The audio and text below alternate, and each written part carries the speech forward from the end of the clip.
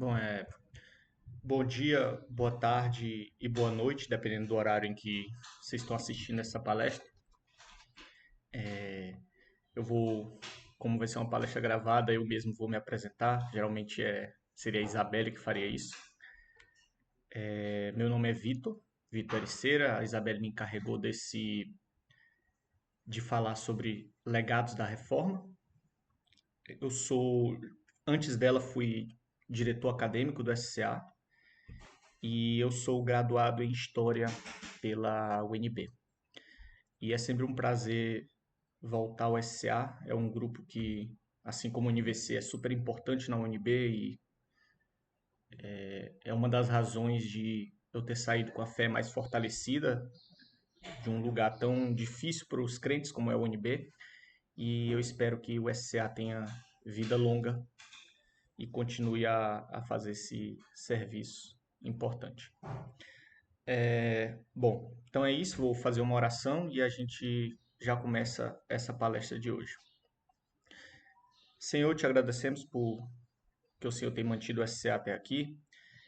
Te peço em especial que o Senhor nos abençoe nessa palestra, continue fortalecendo a nossa fé, me capacite a falar para os meus irmãos agora e capacite-os a entender também.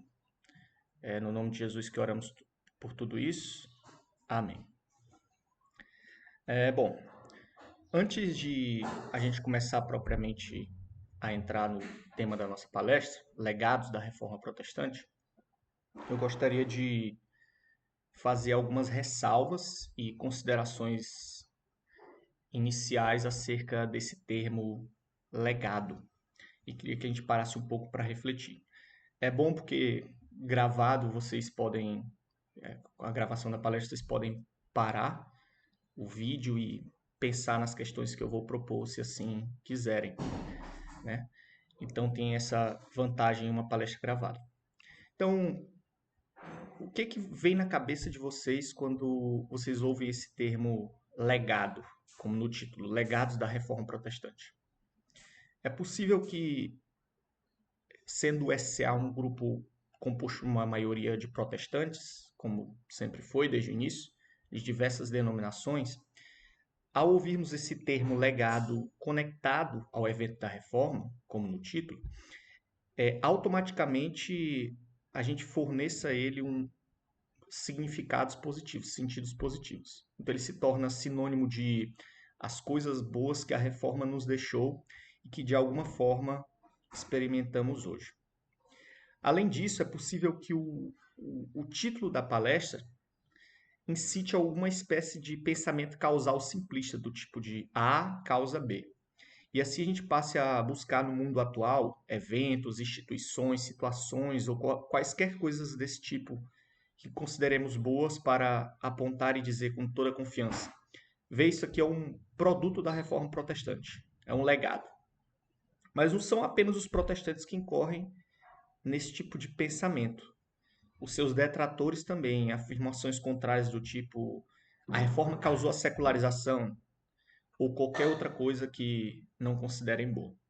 E a palestra do Guilherme tocou exatamente nesse ponto.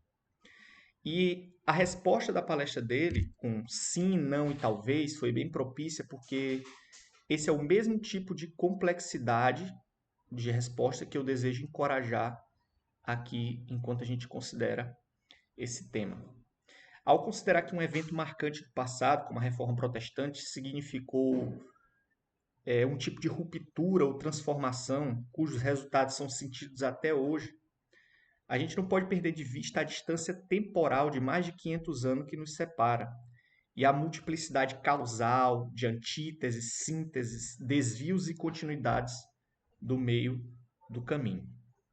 Ora, se a gente pensar na própria reforma, ela deve ser o sucesso não só a causas teológicas, no sentido, por exemplo, de uma compreensão nova das escrituras, mas também a fatores políticos e tecnológicos, que obviamente nós cremos ordenados pela providência de Deus.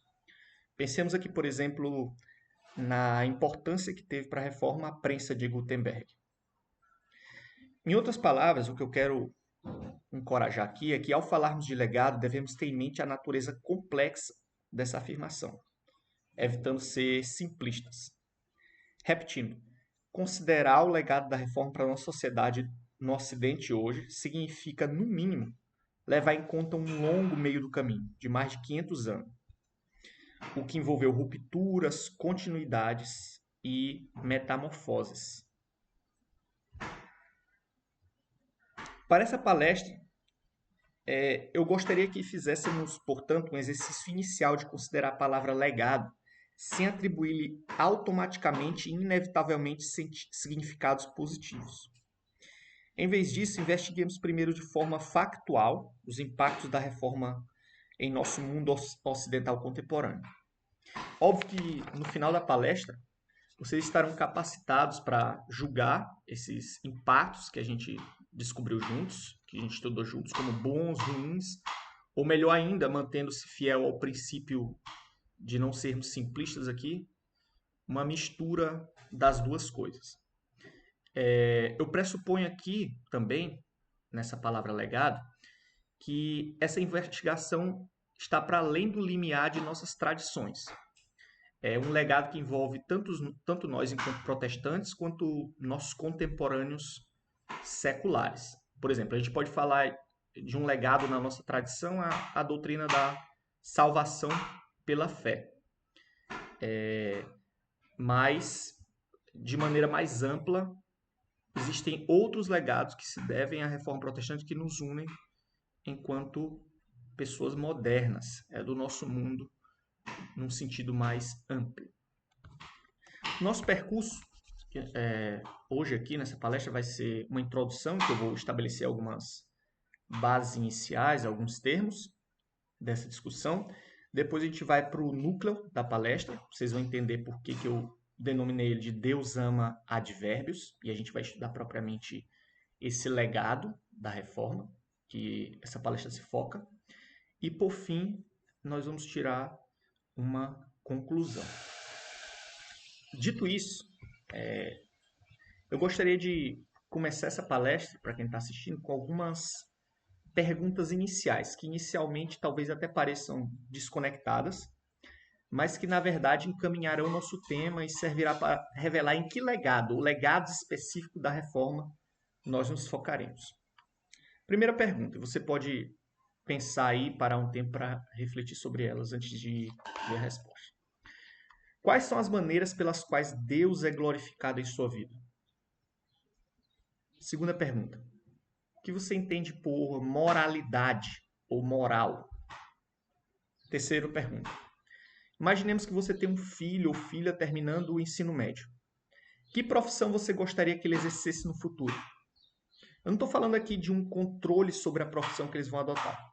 É possível que você prefira que ele faça essa escolha sozinho. E essa própria ideia de deixar ele fazer a escolha sozinho é muito significativa. Apesar de que a gente não vai explorar isso com profundidade aqui nessa palestra. Mas só isso, esse fato de você querer que seu filho escolha só a profissão dele, já é algo significativo para nós enquanto modernos.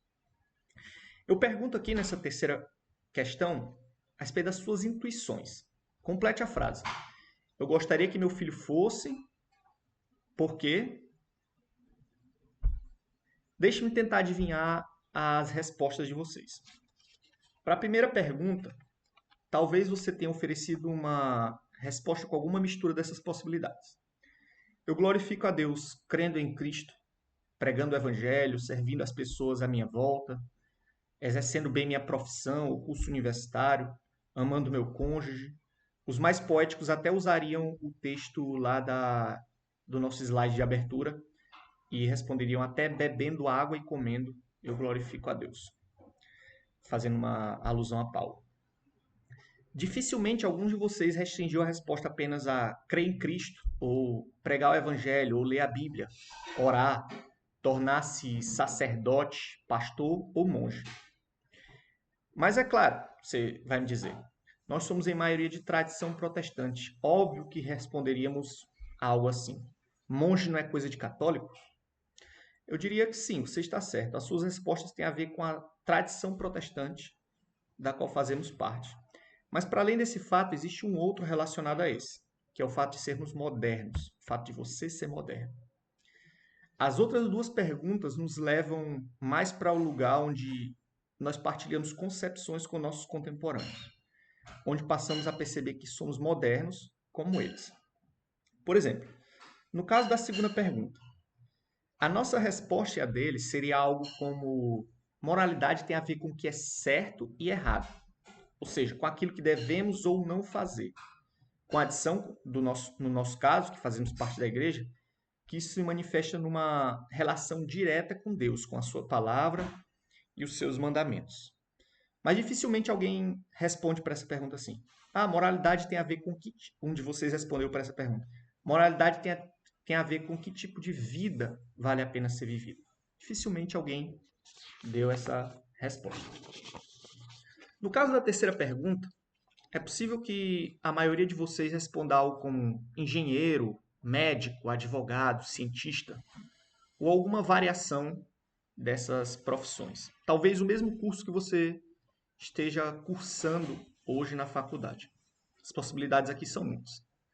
Por outro lado, com quase toda certeza, eu posso afirmar que nenhum de vocês respondeu: eu quero que meu filho se torne um soldado famoso pelos seus feitos, mesmo que isso queira dizer morrer numa guerra. Ou eu quero que minha filha se torne uma filósofa, alguém que viva no ócio da contemplação, exercitando sua razão em questões realmente importantes. Não. Nós até mesmo fazemos piadas, questionando a utilidade da filosofia e dos que escolhem esse curso ou áreas afins como carreira. Eu gostaria de chamar a atenção de vocês para essa palavra que a gente usou aqui, utilidade. A gente vai voltar a ela mais adiante nessa palestra. No que diz respeito a essas duas últimas questões tratadas, a 2 e a 3, protestantes ou incrédulos jazemos em terreno parcialmente comum de modernos. Por sua vez, as nossas respostas e suas causas e implicações práticas já são legados da Reforma Protestante. Legados entre os quais eu queria selecionar um para a gente estudar mais detidamente hoje. Óbvio que, ao falarmos isso, eu quero que vocês levem em conta aquela ressalva acerca do termo legado que fizemos no início, de não entendê-lo de uma forma simplista. Para essa palestra, eu gostaria de me focar especialmente no legado revelado pela terceira pergunta, aquele relacionado às profissões. Eu me basearei aqui, sobretudo, nas ideias do filósofo canadense Charles Taylor. Charles Taylor, ele dá aula de filosofia e ciência política na Universidade McGill, em Montreal, se eu não me engano. Ele é um católico romano, um católico praticante. E para essa palestra aqui, basicamente, eu vou me basear na argumentação, na tese dele, desenvolvida nesse livro, As Fontes do Self, a construção da identidade moderna.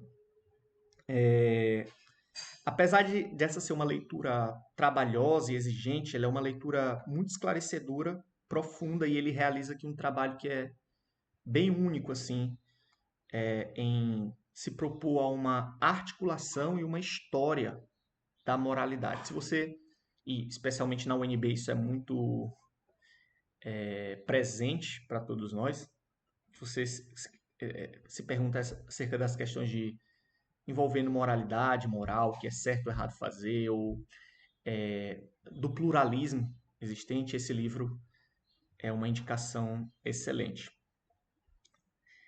Nesse livro, Taylor diz assim, no começo, que é a proposta dele, a tese dele. Ele se propõe a uma articulação e elaboração de uma história da identidade moderna. Com este termo, diz Taylor, eu desejo designar o conjunto de compreensões, sobremodo desarticuladas. Preste atenção nessa palavra desarticuladas, que ela vai ser, a gente vai falar dela um pouquinho mais na frente. Desejo designar o conjunto de compreensões sobremodo desarticuladas do que é ser um agente humano. Os sentidos de interioridade, liberdade, individualidade e de estar mergulhado na natureza, tão familiares ao Ocidente moderno. Então, essa é a tese básica dele, em resumo, do que ele vai se propor nesse livro. Uma articulação da nossa moralidade, uma espécie de radiografia do que temos hoje e também uma história de como isso se desenvolveu, de como essa identidade aqui no livro ele vai ligar com a noção de bem e vai relacionar isso à moralidade, de como o que nós temos hoje tem uma história própria. Bom, a ressalva aqui é que, apesar de estar usando o Taylor, não quer dizer que seja inquestionável a tese dele ou qualquer coisa do tipo.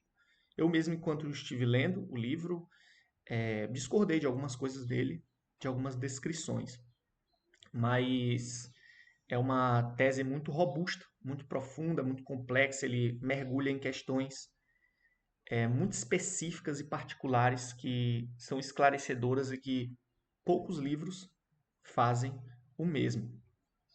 Talvez você tenha ouvido falar do Charles Taylor já, quem tornou ele popular assim entre protestantes em tempos recentes foi o autor James Smith, né? Ele tem um livro Você é Aquilo que Ama e a tese dele lá se baseia muito no Charles Taylor. Depois você pode até procurar no YouTube um vídeo do Smith em que ele expõe algumas teses do Taylor, que é chamado Como Não Ser Secular. É bem interessante esse vídeo. Bom, de forma geral, aqui talvez esteja um pouco complexo e ainda abstrato os propósitos do Taylor nesse livro, mas um exemplo pode deixar mais claro o que ele quer falar com isso aqui. Por exemplo, quando Lutero, e a gente está falando de reforma aqui, ele suava e se confessava repetidamente, ou labutava com a epístola de Romanos no seu gabinete, quais eram os termos dessa crise existencial de Lutero? Qual é a diferença de uma crise existencial de um Lutero ou de algum dos contemporâneos dele para uma crise existencial atual, revelada, por exemplo, num consultório de terapia? Qual a diferença dessas crises existenciais? Qual é a diferença dos termos nos quais elas são colocadas? Numa casca de nós, a gente pode dizer aqui que a crise de Lutero possuía termos absolutos, um tudo ou nada. Ele estava entre a salvação e a condenação ao inferno. Como posso ser salvo dos tormentos eternos sendo pecador diante de um Deus santo? Era a questão que fazia Lutero tremer. Não passava pela cabeça de Lutero de que sua visão de mundo não fosse verdadeira. Pelo contrário, a crise dele era colocada em termos internos essa visão de mundo. A pergunta qual o sentido da vida não faria qualquer sentido para Lutero. Por outro lado, crises existenciais contemporâneas se relacionam muito mais a esse medo de não encontrar sentido na vida. Será se o universo é apenas aleatório? Minha vida teria algum propósito? Deus existe? E aqui eu botei essa foto significativa porque talvez quem articule melhor os termos dessa crise é um filósofo chamado Camus, Albert Camus. Ele tem um livro denominado O Mito de Sísifo, em que ele coloca os termos de uma crise existencial moderna usando esse mito grego de um homem que empurrava uma pedra acima, que foi condenado pelos deuses a empurrar uma pedra montanha acima, e quando ele chegava no topo dessa montanha, a pedra caía, rolava para baixo e ele tinha que buscar ela de novo. E ele desenvolve essa ideia do sentido usando esse mito, né? Bom, e a pergunta é o que aconteceu? Por que que as nossas crises existenciais adotam esses termos novos se comparadas a aqueles de pessoas 500 anos atrás? O que que aconteceu? E basicamente relacionado a isso que a resposta a isso que o livro de Taylor se propõe a fazer. Ele desenvolve isso nesse livro, As Fontes do Céu, que eu mostrei para vocês, mas tem um outro livro também muito importante dele, que é Uma Era Secular. No final, eu vou deixar uma bibliografia para vocês, se vocês se interessarem, irem atrás disso. Para os nossos propósitos nessa palestra, eu focarei em apenas um aspecto da argumentação dele, que é muito mais complexa, muito mais espessa, né? Mas para nossas palestras, a gente vai focar naquele segmento em que a argumentação dele se conecta à reforma e ao legado que a gente quer explorar hoje. Uma das nossas perguntas introdutórias lá em cima foi o que é moralidade.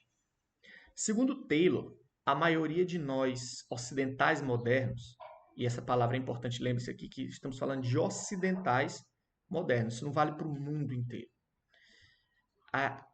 Taylor fala que nós entendemos moralidade de uma forma achatada e reduzida se comparada à compreensão dos antigos. Ele diz o seguinte: a filosofia moral contemporânea tendeu a se concentrar mais no que é certo fazer do que no que é bom ser. Antes na definição do conteúdo da obrigação do que na natureza do bem viver. E não há nela espaço conceitual para a noção de bem como objeto de nosso amor ou lealdade. Se academicamente isso se expressa da forma descrita acima, Taylor está citando aqui a filosofia moral contemporânea, autores que lidam com ética. A gente pode pensar aqui, por exemplo, em Habermas ou John Rawls, que são autores que lidam com isso. Se isso se expressa academicamente dessa forma, no que diz respeito ao leigo comum, isso se expressa na forma de uma inarticulação desconfiada de quaisquer distinções qualitativas. Então, se você disser, por exemplo, que existem coisas que são melhores do que outra, que algo é mais próprio aos seres humanos, ou que algo é melhor para um ser humano específico, as pessoas já te olham com certa desconfiança. Existe a ideia de que você quer impor sua vontade, ou que tudo isso diz respeito a poder, e isso está dentro de uma filosofia cínica mais ampla, de que sempre tem intenções escusas por trás de afirmações desse tipo. É claro que essa própria posição traz distinções qualitativas, né? Apesar dela ser escamoteada. E essa ideia da inarticulação que Taylor está falando é muito importante aqui. Como Taylor demonstra essa questão aqui, essa ideia da moralidade focada como conteúdo de obrigação, do que é certo ou não fazer, é algo que nos define de forma mais ampla como modernos. Um desenvolvimento com história própria. Seguindo adiante, se perguntarmos então o que significa fazer o que é certo, geralmente receberemos respostas que enfatizam termos como justiça, respeito à vida, integridade humanas, respeito aos direitos humanos. É claro que cada um desses termos tem nuances distintas dependendo de quem fala. Apesar disso, há um extenso terreno comum para a maioria de nossos contemporâneos ocidentais que revelam significados dominantes e compartilhados. Taylor explica que essa noção de respeito, tem até eu não trouxe aqui, mas tem até uma propaganda muito interessante da Globo que fala respeito, como respeito é o mais importante, e vocês vão ouvir muito essa ideia na UNB, por exemplo. Essa ideia de respeito aos direitos humanos, respeito à integridade humana, segundo Taylor, ela se define, ela se colore, sobretudo pelas seguintes linhas interligadas: alívio do sofrimento, autonomia e importância do cotidiano na vida humana.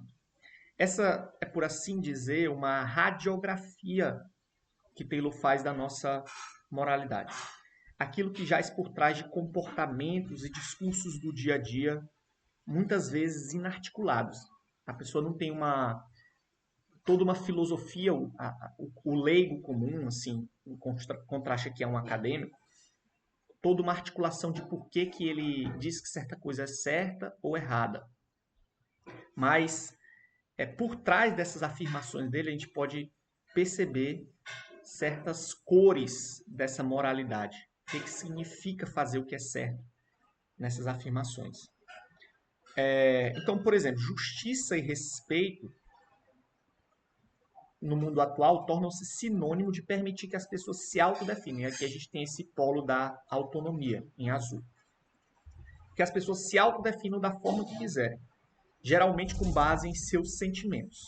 Qualquer argumento que recorra a uma ordem exterior a nós mesmos, uma ordem transcendente, que questione certos modos de vida, os sentimentos dessa autodefinição é visto com desconfiança.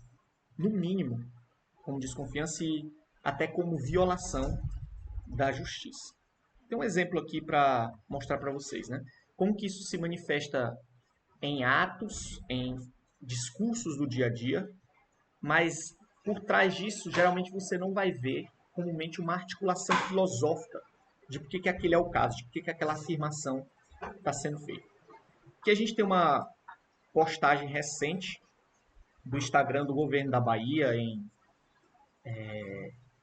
em conjunto com uma secretaria lá de tolerância religiosa aos povos originários. E a gente tem assim, nas várias postagens do Instagram. Eu coloquei duas partes só. Você acha que não, mas é intolerância religiosa? Sim. Aí eles colocam uma frase: você precisa encontrar Jesus. Aí embaixo eles estão corrigindo, né? De como seria o modo certo de se comportar. Não é só Jesus. O princípio básico de todas as religiões é o amor. O que basta é encontrar aquela que te faz bem e que eleve a espiritualidade e o afeto entre as pessoas. Veja só os termos no qual essa contraposição a dizer que Jesus é um caminho é colocada aqui, como que isso é importante para o que a gente está discutindo, conspícuo para o que a gente está discutindo. Então, o que Taylor está fazendo é pegando comportamentos desse tipo, uma postagem desse tipo, e tirando como se fosse um raio-x disso aqui. O que tem por trás disso aqui? E aí a gente tem o que a gente viu antes, que essa ideia de moralidade, de respeito, ela é colorida por esses polos aqui: alívio do sofrimento, autonomia, importância do cotidiano. Apesar de comum e dominante, essa equação específica que a gente expôs acima, essa ideia ali daqueles três polos, não é única e incontestável. E essa é outra característica importante da modernidade, o pluralismo. Isso o Taylor vai focar no outro livro dele que eu citei para vocês, que é Uma Era Secular. Como protestantes, por exemplo, vivendo no mesmo mundo que os nossos que os nossos contemporâneos, obviamente, né? Como pertencentes a essa tradição protestante, a gente discordaria em vários aspectos, como, por exemplo, no escopo de nossa autonomia na ideia. Apesar de que a gente não descartasse totalmente a ideia de autonomia, a gente discordaria deles no escopo dessa autonomia. Até onde vai a nossa autonomia? Veja, isso é muito importante porque as discordâncias nesse nível profundo, estão na base dos conflitos culturais importantes da nossa época. Como, por exemplo, aquele acerca do aborto. Ainda que essas discordâncias, muitas vezes, elas recebam meio que você argumentar, elas recebam um certo tipo de cala-boca, né? Na nossa sociedade. E a inarticulação seja disfarçada muitas vezes por afirmações do tipo: aborto é uma mera questão de saúde pública, né? Como se aquilo ali resumisse tudo e que você está fazendo essas distinções, mas essas distinções não têm nada a ver com a questão. E aqui tem um outro aspecto importante que a gente não vai conseguir explorar, mas que é também do espectro ou da sombra que é a epistemologia naturalista, do sucesso das ciências naturais, elas colocam sobre a nossa sociedade. A extrapolação que é feita sobre ela, como se a ideia de a carteirada da ciência fosse suficiente para resolver tudo. A ciência não provou isso ou aquilo, então a gente não pode falar. Como se os objetivos da ciência fossem extrapolados, ela virasse uma super doutrina, uma super ideologia que resolve todas as questões. Bom, e isso nos leva, toda essa articulação aqui é para nos levar e nos guiar ao tema proposto por essa palestra. Quando a gente viu aquela radiografia ali, um dos polos era importância do cotidiano. A resposta à pergunta o que significa respeitar a vida a vida humana envolve essa ideia da afirmação do cotidiano, da importância do cotidiano. E é isso que vai nos interessar mais especialmente nessa palestra. E vocês vão entender por que que eu disse Deus ama advérbios e por que que isso se relaciona à reforma protestante, ao legado da reforma. O que significa essa ideia de importância do cotidiano? Em linhas gerais, significa que nós associamos a felicidade humana, enquanto modernos, a coisas internas à vida, a atividades comuns como trabalho, autorrealização sexual, bem-estar. A gente associa florescimento humano a esse tipo de atividades. Essa compreensão colore de tal forma a mentalidade ocidental moderna que ela serve de combustível para perspectivas aparentemente tão contraditórias, como, por exemplo, a busca burguesa do bem-estar, do sucesso profissional, do self-made man, daquele que cresce por conta própria, por mérito próprio, a ideia da meritocracia, e também uma doutrina revolucionária contra marxista, como a marxista, que tem a apoteose do homem enquanto produtor. Veja, trabalho como realização aqui é um denominador comum. O contraditório entre essas duas ideologias opera dentro de uma moldura mental compartilhada. Um contraste inicial e um exemplo podem esclarecer ainda mais o que a gente quer dizer aqui.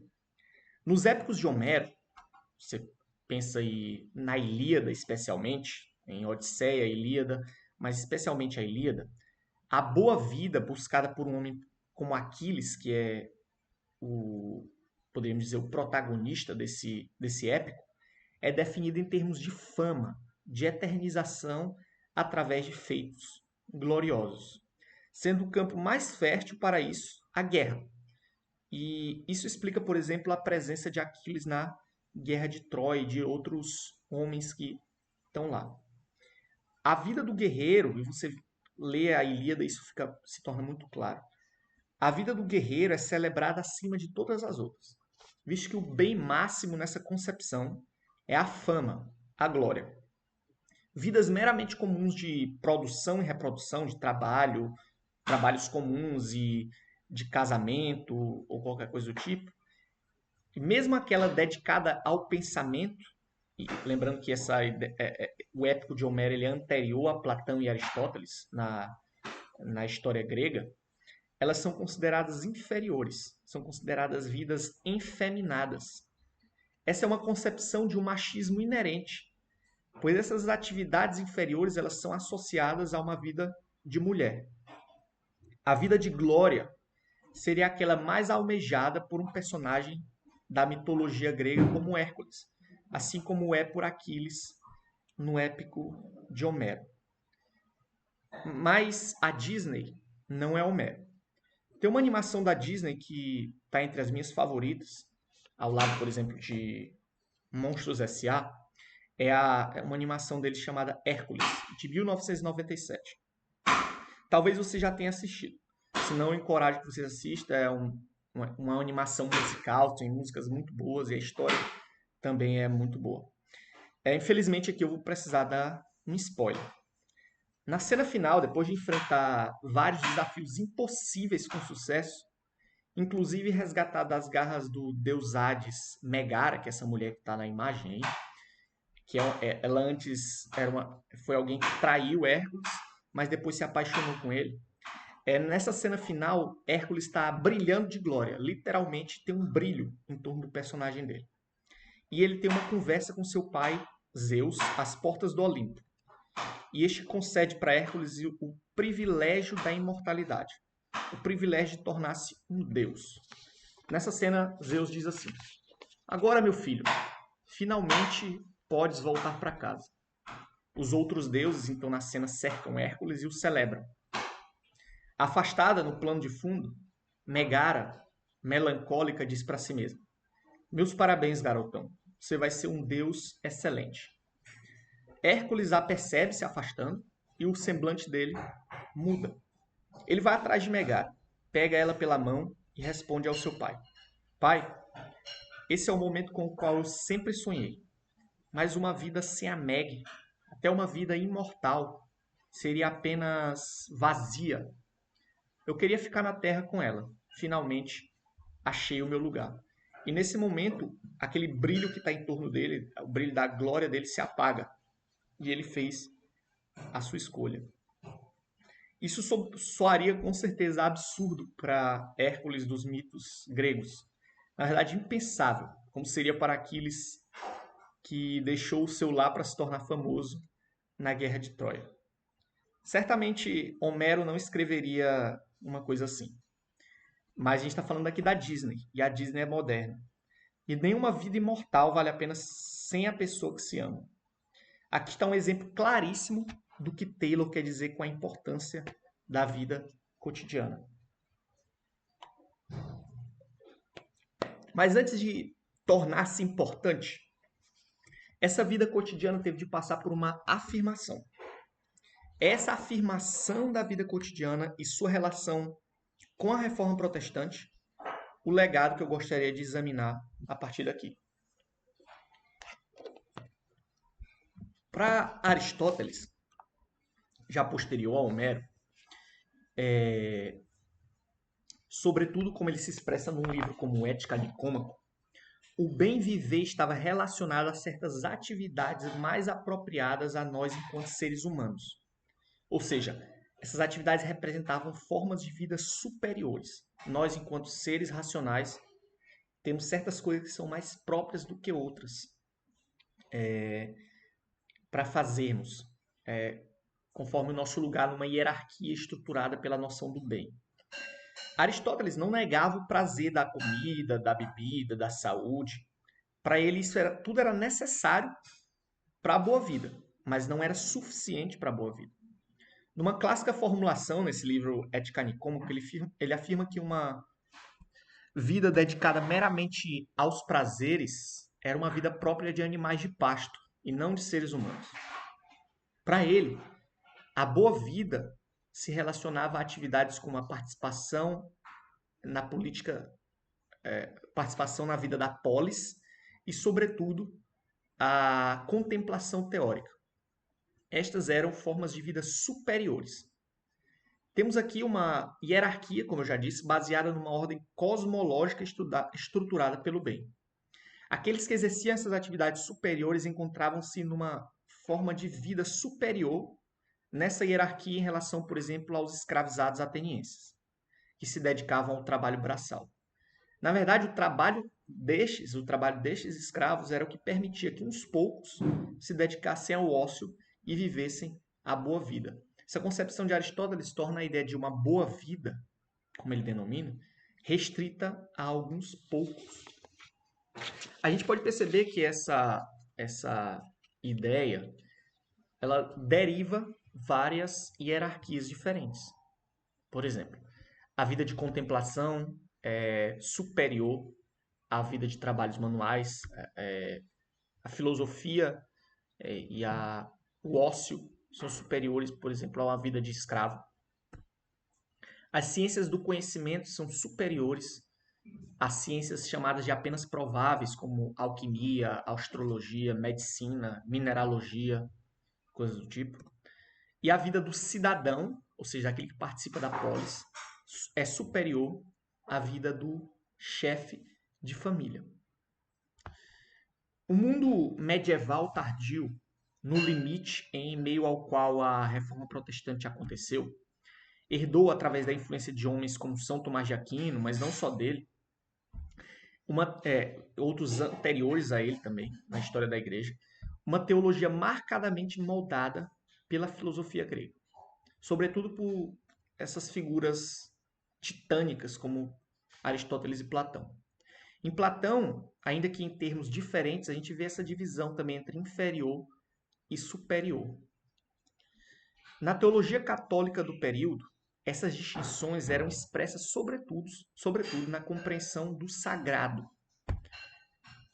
Ainda que existissem outras manifestações fora do domínio católico romano, como, por exemplo, no surgimento das cidades na Itália e a ideia do humanismo cívico que surge ali, apesar de paulatinamente rejeitar a ortodoxia católica, ainda assim vão afirmar a vida do cidadão como superior àquela meramente do pai de família.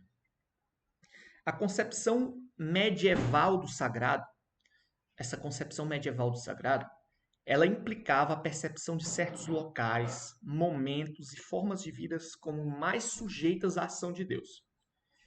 Pode-se pensar aqui, por exemplo, na visão da igreja como mediadora do sagrado, especialmente na atividade do altar na missa, num papel de efetuar a comunhão dos pecadores com Deus. Além disso, a gente pode pensar aqui também na prática da peregrinação para locais santos, a veneração de relíquias e a santidade do próprio espaço da igreja, a arquitetura da igreja. Quando você entrava numa igreja, você estava passando para uma esfera diferente da do mundo exterior. E isso explica por que as igrejas naquela época tinham aquela arquitetura sublime, que almejava o sublime, que almejava ser um espaço como se fosse uma ligação ao céu.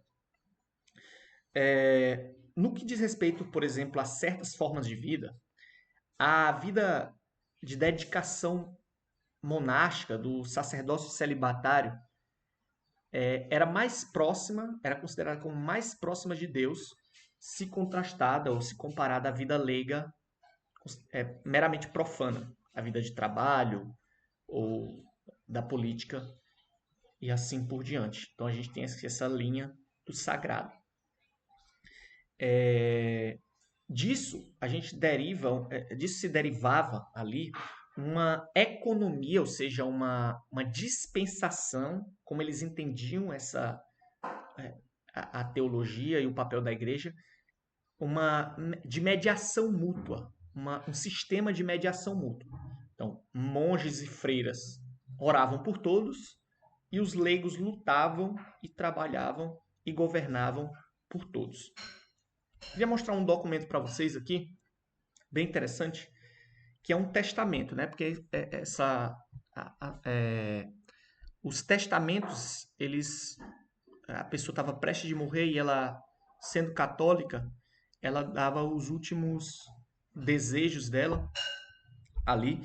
E isso é um exemplo bem interessante do que a gente está falando aqui. Eu vou mostrar para vocês um testamento de uma mulher brasileira, ali no século XIX, mas ele é representativo do que acontecia também num período mais próximo da reforma protestante do medievo tardio. Como vocês podem ver, né, no estudo de Armade McCulloch sobre a reforma, ele vai, e também no livro dele sobre cristianismo, depois, se vocês quiserem essa indicação mais detalhada, eu posso mandar no grupo. Ele vai falar exatamente dos testamentos, os testamentos como documentos dessa compreensão, dessa mentalidade. Então, por exemplo, a gente lê aqui nesse documento, né, dessa mulher chamada Antônia Pacheco de Arruda, moradora da vila de Sorocaba. Em nome da Santíssima Trindade, Padre, Filho e Espírito Santo, três pessoas distintas e um só Deus verdadeiro, saibam quantos este instrumento virem, como no ano do nascimento de nosso Senhor Jesus Cristo, de 1780, aqui é século XVIII, eu me enganei até, em 24 de fevereiro, eu, Antônia Pacheco de Arruda, estando em meu perfeito juízo e entendimento que nosso Senhor me deu doente de cama, temendo a morte, desejando por minha alma no caminho da salvação, por não saber o que nosso Senhor de mim quer fazer, e quando será servido levar-me para si, faço este testamento da forma seguinte. Primeiramente, encomendo a minha alma à Santíssima Trindade que a criou, e rogo ao Eterno Pai que, pela morte de seu unigênito Filho, a queira receber, e à Virgem Maria Santíssima, e aos santos do meu nome e da minha especial devoção a São Miguel Arcângelo, e a todos os santos e santas da corte do céu rogo, sejam meus intercessores quando a minha alma deste mundo partir para que vá gozar na bem-aventurança para que foi criada. Porque como verdadeira cristão, protesto morrer na santa fé católica e crer tudo o que tem e crê a Santa Madre Igreja Romana, em cuja fé espero salvar a minha alma. Rogo ao senhor capitão Manuel Álvares de Castro e ao tenente Fernando de Almeida Leme que, por serviço de Deus, queiram ser meus testamenteiros. Ordeno que meu corpo seja sepultado na minha ordem terceira e no hábito da Nossa Senhora do Carmo, de quem sou indigna filha. Prestem atenção nessa parte. Primeiramente, deixo por minha alma 2 capelas de missa, a saber, 30 à Santíssima Trindade, 20 a São Miguel Arcângelo, 11 às 11.000 virgens, 5 às chagas de Nosso Senhor Jesus Cristo, 5 às chagas de nosso Pai São Francisco, 5 à Santa de meu nome, 7 às dores de Nossa Senhora, 5 à encarnação, nascimento, morte, paixão e ressurreição de Nosso Senhor Jesus Cristo, 10 à Nossa Senhora da Ponte e 2 à Nossa Senhora da Conceição, que todas essas fazem um número de 2 capelas acima dito. Deixo pelas almas dos meus escravos e administradores e agregados meia capela de missas. Deixo mais 20 missas pela alma de meus pais e irmãos ou por aqueles mais de minha obrigação. Então aqui, basicamente, essa mulher ela está encomendando missas pela alma dela depois de ela partir. Isso envolvia também doações para a igreja, as propriedades da igreja na época aumentam vertiginosamente, em parte por essa compreensão do sagrado, essa ideia da salvação, de que a igreja intercederia pela sua alma, mesmo depois de partir, que você poderia meio que deixar encomendado essas missas, essas orações pela sua alma. E claro que a gente pode pensar também na própria noção de purgatório. E a gente pode dividir a reação, continuando nossa palestra, a reação da reforma protestante a essa concepção de sagrado em 2 aspectos, um negativo e um positivo. Em primeiro lugar, para os reformadores, o entendimento da doutrina da salvação como obra exclusiva de Deus sobre uma humanidade impotente e depravada mudava tudo. A misericórdia inexplicável e a glória de Deus são enfatizadas. Quaisquer méritos e capacidades humanas abatidos. O que antes era hierarquicamente superior, no sentido de mais próximo do sagrado, agora só podia representar orgulho. A salvação consistiria numa obra somente de Deus, independente dos méritos humanos. Até mesmo a fé para aceitar essa salvação vinha de Deus. Nesse sentido, a ideia de que a ação de Deus pudesse estar presa ao trabalho de homens, como na missa, parecia anátema. Isso sem contar com a ideia de que esses homens eram pecadores.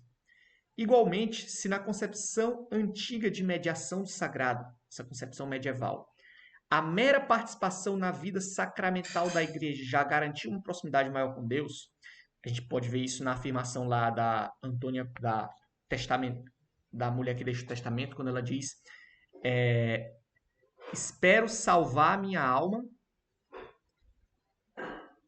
protesto morrer na santa fé católica e crer tudo o que tem e crer a Santa Madre Igreja Romana, em cuja fé espero salvar a minha alma.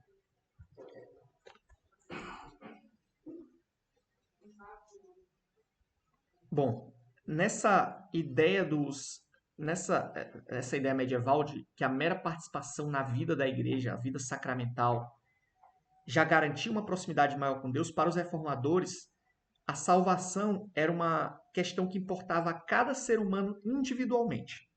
Cada pessoa devia acertar suas contas com Deus, por assim dizer. Isso implicava nada menos que entrega completa. Não existia alguém que poderia fazer por ti, garantir méritos por você diante de Deus. O pertencimento ao povo de Deus não mais perpassava apenas pelo pertencimento a uma ordem mais abrangente, mas era evidenciado pela adesão pessoal irrestrita. O sacerdócio é universal. Então esse é o aspecto negativo, o aspecto de rejeição dessa concepção medieval do sagrado. Se apenas essa rejeição já seria suficiente para trincar toda a hierarquia medieval que a gente viu aqui entre atividades superiores e inferiores, mais ou menos próximas de Deus, forçando uma nova compreensão da vida leiga, o aspecto positivo da reação reformada teve um impacto ainda maior. Para os reformadores, a própria vida leiga, a vida cotidiana, que pode ser resumida nessa fórmula aqui de produção e reprodução, é afirmada como o locus principal para a realização dos propósitos de Deus. A vida de Lutero, por exemplo, evidencia isso. É um ex-monge que casou com a Catarina von Bora, que era uma ex-freira. A vida dele é um exemplo, um símbolo perfeito dessa ideia. A vida comum da vocação pessoal, do casamento e da família, inserida dentro dessa vocação especial de ser crente, passam a ser entendidas como o local onde Deus opera para a sua glória e para a preservação da humanidade, onde ele realiza seus propósitos. Esse local da vida comum é também um local da nossa santificação. E aqui a gente vai passar por algumas citações para a gente ver como os reformadores falavam disso. Por exemplo, o bispo inglês Joseph Hall, que viveu de 1574 a 1656, disse assim: o mais rude serviço que fazemos numa vocação honesta, ainda que seja arar ou cavar, quando feito com obediência e consciência dos mandamentos de Deus, é coroado com grande recompensa, enquanto os melhores trabalhos de sua espécie, orar, pregar, oferecer sacrifícios evangélicos, quando feitos sem respeito à ordem e glória de Deus, são cumulados de maldições. Aí aqui vem a frase que a gente colocou como título desse meio da nossa palestra. Deus ama advérbios. E não se importa com quanto é bom, mas com quanto é bem feito. Então a ideia é que já não é a própria atividade que tem um valor intrínseco, mas se ela é feita de acordo com os mandamentos com Deus em devoção aos propósitos dele. O teólogo inglês William Perkins, que viveu de 1558 a 1602, diz algo parecido. Bem, se compararmos trabalho com trabalho, existe uma diferença entre lavar pratos e pregar a palavra de Deus. Mas no tocante a agradar a Deus, não existe diferença alguma. Como as Escrituras chamam de carnal aquele que não é renovado pelo Espírito e não renasce em carne cristã, e todas as suas obras da mesma forma. Faça ele o que fizer, embora pareçam espirituais de acordo com a lei de Deus, não são tanto assim. Inversamente, é espiritual aquele que é renovado em Cristo, e todas as suas obras que nascem da fé nunca parecem grosseiras. Seus atos de matrimônio são puros e espirituais. E tudo quanto se faz dentro das leis de Deus, mesmo sendo realizado pelo corpo, como limpar os sapatos e coisas do gênero, por mais grosseiro que pareça exteriormente, ainda assim é santificado. Não é algo parecido com o que a gente fala lá daquela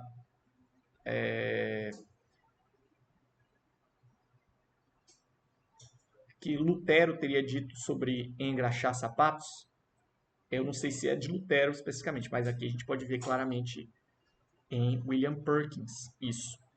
Mas isso reflete o pensamento da reforma. Segundo Taylor, essa compreensão da vida comum consiste num insight latente na religião judeu-cristã. Então não é algo que a reforma inventou. E veja aqui que Taylor é um católico falando isso. Esse insight para ele é algo que esteve adormecido, em parte pela essa síntese da fé com a filosofia grega desde os primeiros séculos. Esse insight recebe um impulso novo com a reforma. A mudança de compreensão aqui, ela ocorre no nível profundo da moralidade, aquele nível lá que a gente falou que explica boa parte dos conflitos do nosso mundo moderno. As diversas ocupações do homem é que a gente tem essa mudança de fonte moral, uma mudança de compreensão da vida. As diversas ocupações dos homens não são mais avaliadas conforme uma ordem estruturada pelo bem, como se fosse algo que é mais próprio ao ser humano racional, ou aquilo que está mais próximo do sagrado, numa composição hierárquica. Agora, a avaliação se baseava nos propósitos de Deus, sua glória e a utilidade para o serviço da humanidade. Glorificamos a Deus ao servir os outros. Essa é uma mudança cataclísmica e ainda sentimos os impactos dela, mesmo tanto tempo afastados do epicentro. Como disse Joseph Hall, Deus ama advérbios. Deus ama advérbios. Taylor diz o seguinte: o importante para meus objetivos é esse lado positivo que a gente tem falado. A afirmação de que a plenitude da existência cristã devia ser encontrada nas atividades desta vida, na vocação pessoal, no casamento e na família. Todo o desenvolvimento moderno da afirmação da vida cotidiana foi, a meu ver, anunciado e iniciado em todas as suas facetas na espiritualidade dos reformadores. Isso é válido tanto para a avaliação positiva da produção e reprodução, como para as consequências anti-hierárquicas do repúdio à autoridade sacramental e às vocações superiores. A santificação da vida total. Por outro lado, se a gente começa a investigar o que queria dizer essa santificação da vida total a Deus, os propósitos de Deus cumpridos dentro da vida, para os reformadores, isso requeria a rejeição de dois erros opostos. Por um lado, como a gente viu, a ideia dessas vocações ascéticas que eram consideradas superiores, desse ascetismo, de se achar mais próximo de Deus por não participar do mundo, e isso para os reformadores passa a ser visto como orgulho puro. E também, por outro lado, os reformadores eles falam contra a libertinagem. O mundo deve ser usado de um modo distanciado e focalizado em Deus. Esta é a maneira correta. Se por um lado não ficamos mais próximos de Deus meramente por seguir caminhos de vida ascéticos, considerados mais espirituais, também não devemos incorrer no erro de nos perdermos no mundo como um fim em si mesmo. Joseph Hall, novamente, né, aqui eu não vou colocar a citação dele, mas ele fala o seguinte: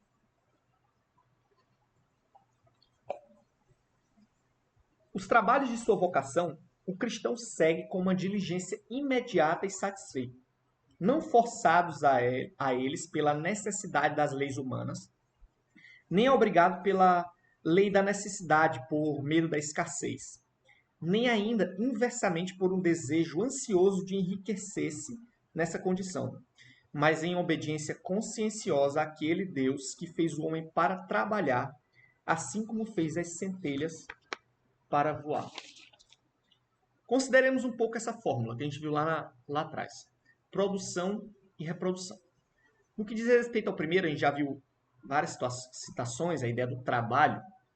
A nossa vocação particular, o trabalho onde Deus nos colocou, seja lavar pratos, seja pregar o evangelho, deve ser algo útil a Deus e proveitoso para a humanidade, e não apenas algo feito para ganho pessoal. Essa vocação também deve ser exercida com espírito de oração, com os olhos fixos em Deus. A vocação geral de ser crente e a vocação particular onde Deus nos colocou, conforme William Perkins, devem andar juntas, assim como corpo e alma andam juntos no homem vivo. Richard Sibbes, outro reformador inglês, que viveu de 1577 a 1635, diz o seguinte: quando o mundo se aposta do coração, ele nos torna falsos perante Deus e falsos perante os homens, e nos leva a não cumprir o nosso dever e nos torna falsos perante a própria religião. Trabalha, portanto, para manter o mundo em seu devido lugar, sob teus pés. Trabalha para conhecer o mundo, a fim de que possa detestá-lo. John Cotton, um teólogo também inglês, que viveu de 1585 a 1652, diz o seguinte: Há uma outra combinação de virtudes estranhamente misturadas em todo cristão fervorosamente devoto, e é a diligência nos negócios mundanos e, ao mesmo tempo, indiferença pelo mundo. Um tal mistério que ninguém consegue entender, a não ser os que o conhecem. Pois o homem que aproveita todas as oportunidades de fazer algo, cedo e tarde, e não perde nenhuma, toma qualquer caminho e põe-se em ação em busca de lucro. Isso ele faz com mais diligência e sua vocação. E mesmo assim, deve ser um homem indiferente ao mundo. Embora trabalhe com toda a diligência em sua vocação, seu coração não está apegado a essas coisas. Então, no que diz respeito à ideia de produção, era assim que esses reformadores, entendiam essa afirmação. É assim que esse homem deve viver. Não em libertinagem, não em ascetismo, mas nessa mistura de usar o mundo como se não usasse, como Paulo fala lá em 1 Coríntios 7. No que diz respeito à segunda ideia da reprodução, casamento, a ênfase centra-se sobre o valor intrínseco da união. Homem e mulher devem labutar por construir afeições mútuas e fortes, servindo de companhia e conforto um para o outro, tanto na prosperidade quanto na adversidade. E aqui a gente pode ver já o nascedouro da ideia mais tarde do casamento por afeto, da ideia de que o casamento deve envolver afeto acima de tudo. Não é que antes da reforma as pessoas não se casassem, não se amassem umas às outras no casamento, mas é que essa importância dos afetos não era trazida para primeiro plano, como vai ser a partir dessa revolução, nesse entendimento da vida cotidiana. Esse valor intrínseco, ou seja, o valor espiritual intrínseco de prover conforto e companhia, ele é adicionado às razões tradicionais ligadas ao casamento, já anteriores, como a procriação e o combate ao pecado. Ao mesmo tempo, esse amor não deve ser fonte de desvio do foco em Deus. Pelo contrário, aqui, como diz o mesmo John Cotton, que a gente viu agora há pouco, aqueles que têm uma mulher, vejam-na não para seus próprios fins, mas para melhor servirem a Deus e para mais se aproximarem dele. Antes de prosseguir, deixe-me fazer uma ressalva e algo que talvez esteja incomodando você. Nós temos visto, de maneira geral, aqui citações de puritanos. A gente viu várias citações de reformadores ingleses aqui, com uma comprovação e exemplo de uma vertente particularmente vigorosa e influente, como Taylor chama, em seus desenvolvimentos na Inglaterra e mais tarde nas 13 colônias que se tornariam os Estados Unidos. Ou seja, os reformadores são, por assim dizer, esse exemplo mais vigoroso do que a gente quer estudar hoje, que é essa ideia da afirmação da vida cotidiana. Mas essa mesma doutrina reformada teve desdobramentos distintos desses insights em diferentes tradições. Por exemplo, às vezes afirmando em menor intensidade que os puritanos a ideia de vocação e de casamento. A gente pode pensar aqui em outras tradições protestantes, como os calvinistas continentais, em oposição, por exemplo, à Inglaterra continental, pertencente ao continente europeu, e a gente tem o Reino Unido, a Inglaterra, que é essa ilha separada. Então, a gente pensa aqui no calvinismo desenvolvido na Suíça, na Holanda e assim por diante. A gente pode também pensar na tradição luterana, ou mesmo nos anabatistas alemães. Então, esses mesmos insights, eles têm desdobramentos diferentes em tradições protestantes diferentes. E os puritanos que a gente está vendo aqui, eles são um exemplo particularmente intenso, vigoroso e influente para o mundo moderno dessa afirmação, dessa importância do cotidiano que a gente está estudando.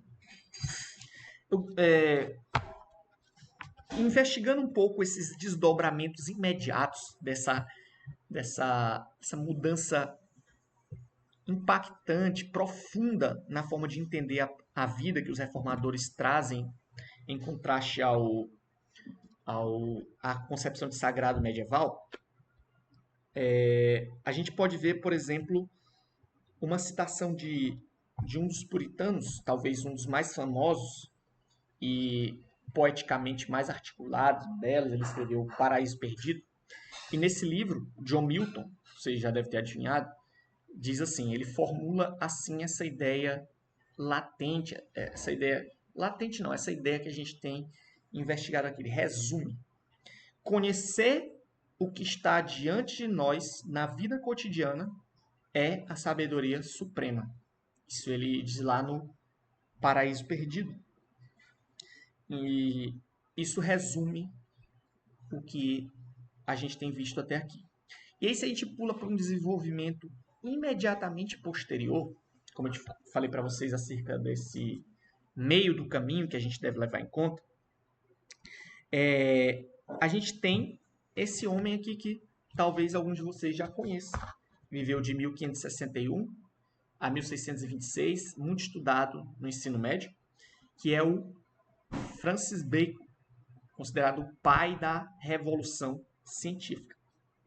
A visão de mundo de Bacon era claramente derivada, existem vários estudos que demonstram isso, das bases puritanas.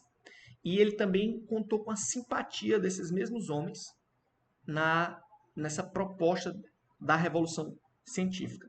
Por assim dizer, Bacon propõe uma epistemologia para essa afirmação teológica da vida cotidiana que tem impacto na Revolução Científica. Uma dessas afinidades com a doutrina puritana está na noção de utilidade. Lembra quando eu falei para vocês lá atrás sobre utilidade? Na utilidade que devem ter as ciências para a humanidade. Por exemplo, Bacon diz assim: de todos os indícios, nenhum é mais certo ou mais nobre que o revelado pelos frutos. Pois os frutos e as obras são, por assim dizer, avalistas e fiadores da verdade das filosofias. Bem, de todos esses sistemas dos gregos e de suas ramificações pelas ciências particulares, depois da passagem de tantos anos, é difícil mencionar um único experimento que tenda a facilitar e melhorar a condição humana e possa estar verdadeiramente relacionado às especulações e teorias da filosofia. A gente está aqui diante de uma verdadeira inversão na avaliação das profissões. Lembra que quando eu mostrei para vocês lá com Aristóteles a ideia de que ciências chamadas do conhecimento eram consideradas superiores às ciências práticas, como medicina, astrologia, e aqui astrologia não entendam no mesmo com o mesmo significado que a gente entende por astrologia hoje. As coisas eram muito mais misturadas antes do que era científico e o que era considerado misticismo. Isso começou muito mais misturado, assim como a ciência começou do seio da religião. E essa inversão que Bacon está propondo aqui, que é, por assim dizer, um desdobramento, uma implicação epistemológica da afirmação teológica da reforma, e ela prospera em parte porque essa doutrina puritana havia tomado a sociedade inglesa da época, ela dá conta da terceira pergunta que eu fiz para vocês lá em cima, acerca da profissão que você gostaria que os seus filhos exercessem, da forma como a gente avalia o valor de certas profissões hoje, como que o empreendimento científico, a engenharia, geralmente são muito mais valorizados em nossa sociedade, digamos, do que quem faz, por exemplo, filosofia. Então isso tem suas raízes, sua genealogia, seu começo aqui.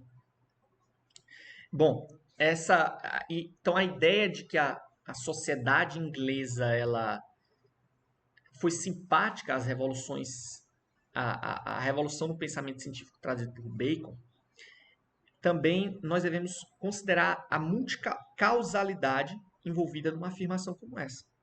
Desenvolvimentos sociais, eles tanto encorajavam como eram aprofundados pela visão teológica trazida pelos reformadores. Assim como a revolução trazida por Bacon vai estar nessa mesma relação com a visão teológica. Então a gente tem fatores múltiplos.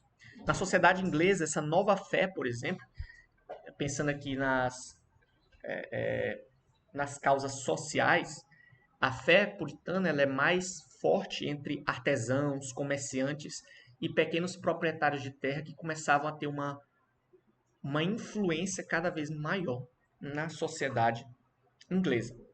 Então, novamente, a gente tem que fazer esse exercício de complexidade e não considerar isso numa via de mão única, como se a afirmação teológica tivesse produzido todo o restante, mas em um sentido bidirecional aqui. Outra citação, eu queria fazer mais uma citação para vocês de um homem chamado John Webster, vivendo basicamente ali como contemporâneo de Francis Bacon. Mais tarde ele foi capelão do exército parlamentar e ele adota esse tema baconiano de que a ciência deve ser útil à humanidade. John Webster diz assim: com certeza a filosofia natural tem um fim mais nobre. Filosofia natural aqui era como era chamada a ciência natural na época. Se você pensar no grande livro de Newton, lá que propôs as leis da mecânica, o livro tem o título de Filosofia Natural. Então Webster diz: com certeza a filosofia natural tem um fim mais nobre, sublime e elevado do que se perder em especulação, noções abstratas, operações mentais e disputas verbais. Ela deve servir não apenas para conhecer o poder da natureza nas causas e efeitos, como também para fazer uso deles para o bem geral e proveito da humanidade, principalmente para a conservação e restauração da saúde do homem e das criaturas que lhe são úteis. Então, mais uma afirmação aqui, mais uma citação que exemplifica isso que a gente está falando. Bom, caminhando para o fim aqui, a gente eu volto a frisar com vocês aquilo que a gente falou no início, essa ideia do longo caminho. Então a gente viu um desenvolvimento há pouco, que a gente pode considerar como imediato, dessa afirmação teológica, que é o surgimento da Revolução Científica com Bacon, por exemplo, com Francis Bacon. Mas essa afirmação ela vai continuar indo em diante. E a gente tem que considerar esse longo caminho que nos separa dessa afirmação inicial trazida, por exemplo, por esses autores puritanos que a gente tem visto aqui. Por isso que eu enfatizei no começo dessa palestra a ideia de metamorfose. Então, essa afirmação da reforma ela vai passar por várias metamorfoses no meio do caminho. Em outras palavras, a gente não a recebe como, no nosso mundo contemporâneo, como ela foi feita por esses homens que a gente tem citado aqui. Isso pode parecer uma afirmação óbvia, mas é necessária fazer. Essa visão da vida comum e dos propósitos de Deus, elas vão cada vez mais, a partir desse momento, se desprender da revelação e, por fim, mesmo de Deus. Um John Locke, por exemplo, ali vivendo começo do século, final do século 17, começo do 18, ele vai começar a dar um papel, uma centralidade cada vez maior à razão, de que a razão consegue derivar, olhando para a vida, essas mesmas ideias que os reformadores lá tinham derivado da revelação, ou seja, de que devemos preservar a humanidade, fazer bem aos seres humanos e preservar por meio do trabalho, por meio da vida cotidiana. Então aqui em Locke, a gente já tem uma metamorfose dessa ideia principal. O Locke vai cada vez se desprendendo mais da necessidade de uma revelação escriturada, apesar de que ele não rejeita isso por completamente. John Locke representa aqui um meio do caminho entre os puritanos, isso que a gente tem visto, e os iluministas radicais, que continuarão afirmando a vida cotidiana, mas com a rejeição da ortodoxia cristã e até mesmo uma enfática antirreligiosidade. Então, essa afirmação dos puritanos da vida cotidiana, derivada da revelação de Deus e baseada nos propósitos de Deus, vai cada vez mais se desprendendo disso. Então, fica a afirmação, fica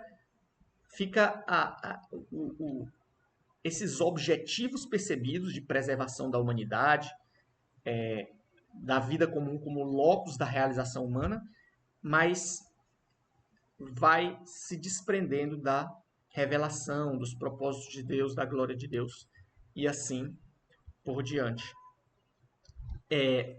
Esses termos, internalização e individuação, dão conta do que vai acontecendo com essas fontes morais.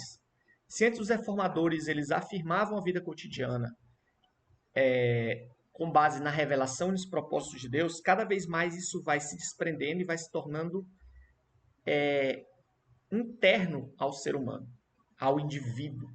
Primeiro por meio da razão e depois na filosofia, como homens como o Conde de Shaftesbury, os sentimentos.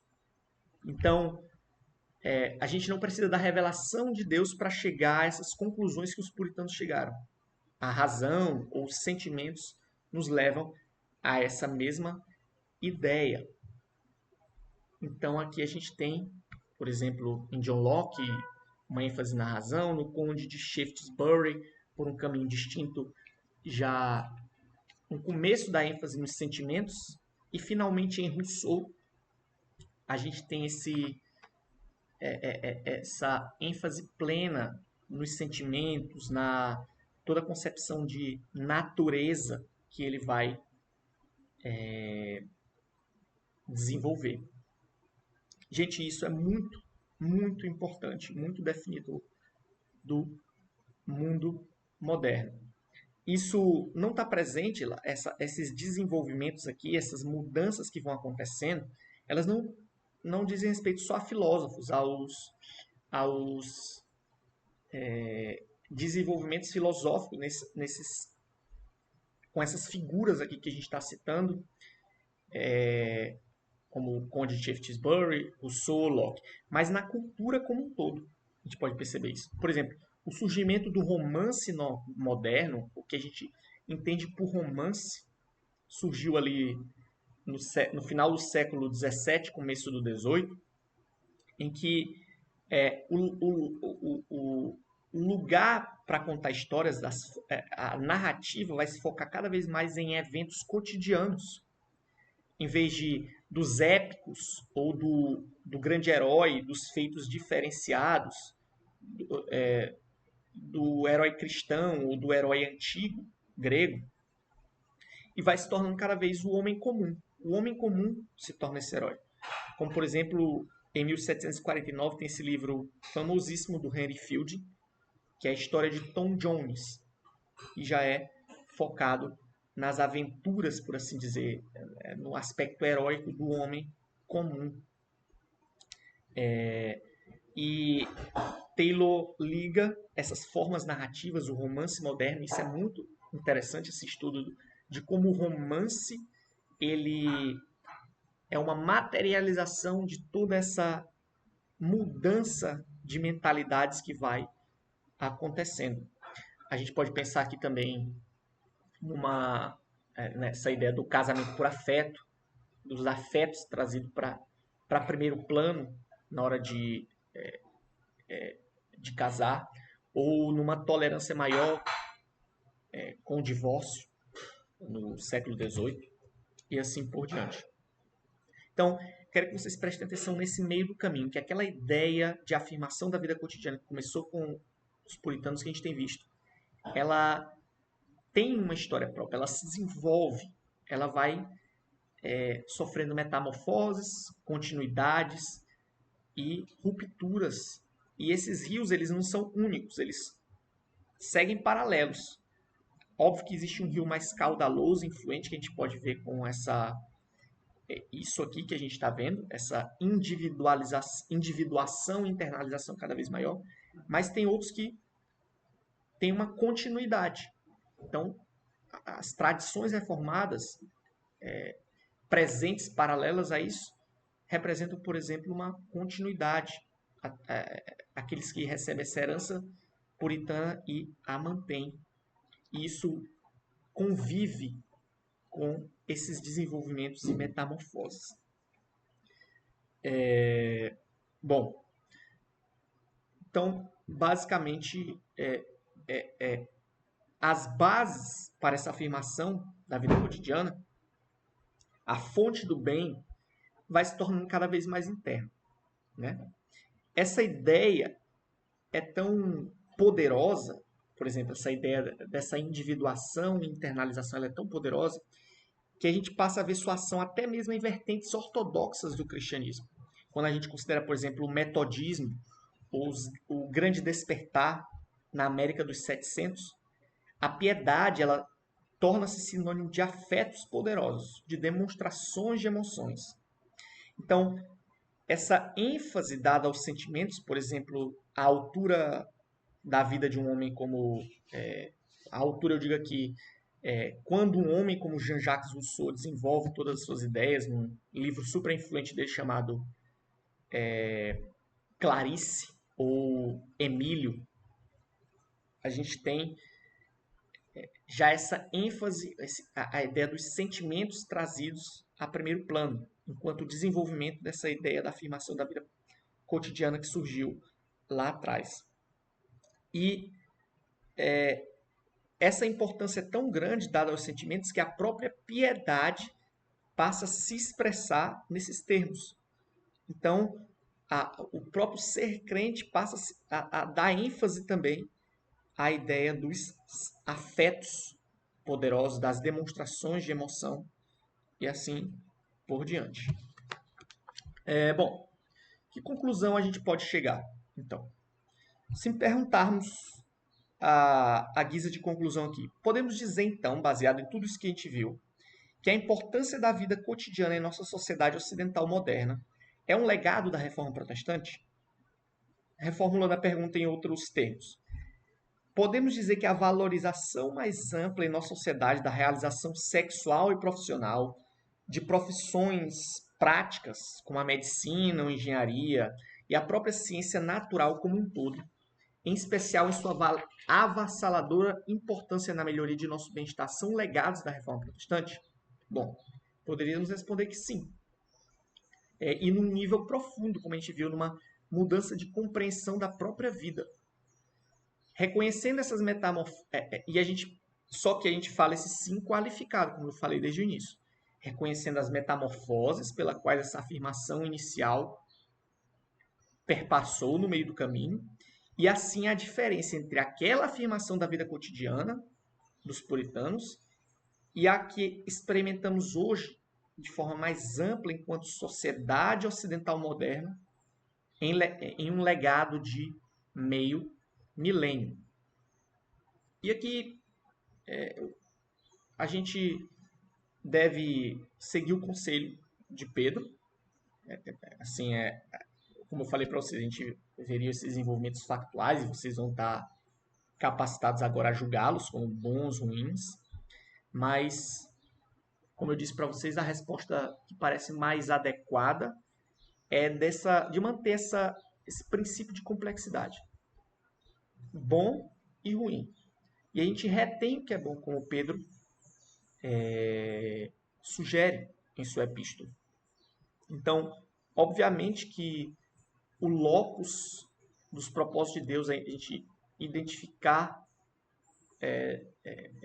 na nossa sociedade esses impactos dessa afirmação da vida cotidiana, como produtor, por exemplo, de todas as melhorias, quer dizer, como incentivador de revoluções científicas que hoje nos legam coisas tão boas é reter um aspecto bom dessa reforma. E ao mesmo tempo a gente pode tentar analisar, esse desenvolvimento aqui não é tão não foi tão bom, como por exemplo essa ênfase exagerada dos nossos sentimentos como definidores do que é certo e errado, que se relaciona também com a autonomia. É óbvio que não é, como eu disse, né, a argumentação de Taylor de Charles Taylor é muito mais espessa do que isso. Então tem outros aspectos lá naquele escopo moral que a gente viu, de autonomia, de alívio do sofrimento e a afirmação da vida cotidiana, a importância do cotidiano é apenas um. Taylor diz, por exemplo, que a modernidade ela tem tanto da concepção cartesiana de razão como da afirmação da vida cotidiana dos puritanos. Um outro legado bom, e eu vou indicar alguns livros aqui para vocês. Esse livro é excelente, que é a respeito do desenvolvimento do romance, ali especialmente no século XVIII, e como isso está relacionado à afirmação da vida cotidiana. Esse livro aqui, para quem sabe, quem tem o inglês aí, consegue acessar de graça pela base de dados que a UNB te dá acesso. Vocês podem procurar. Fiction and Philosophy of Happiness. Tem, obviamente, os dois livros que eu citei aqui do Taylor, que a gente usou como base, especialmente o primeiro, mas também se vocês quiserem procurar o segundo para ver esse argumento do Taylor de maneira mais completa. E esse aqui ele traça algo que também nós podemos considerar como um bom legado, até mesmo dessa questão da ênfase nos sentimentos, que é a ideia do nosso sistema penal. A forma como as penas eram aplicadas antes, você vê coisas absurdas como quebrar pessoas na roda, que era uma forma de punição antiga. Toda a noção de tortura da dor. E a Lynn Hunt, apesar dela partir de um pressuposto bem diferente do Taylor, ela traça esse desenvolvimento para o mundo moderno. Então, basicamente é isso. Eu agradeço e se vocês tiverem qualquer pergunta, qualquer coisa que não ficou clara, mandem lá no grupo que eu procuro responder. É isso, gente. Até mais.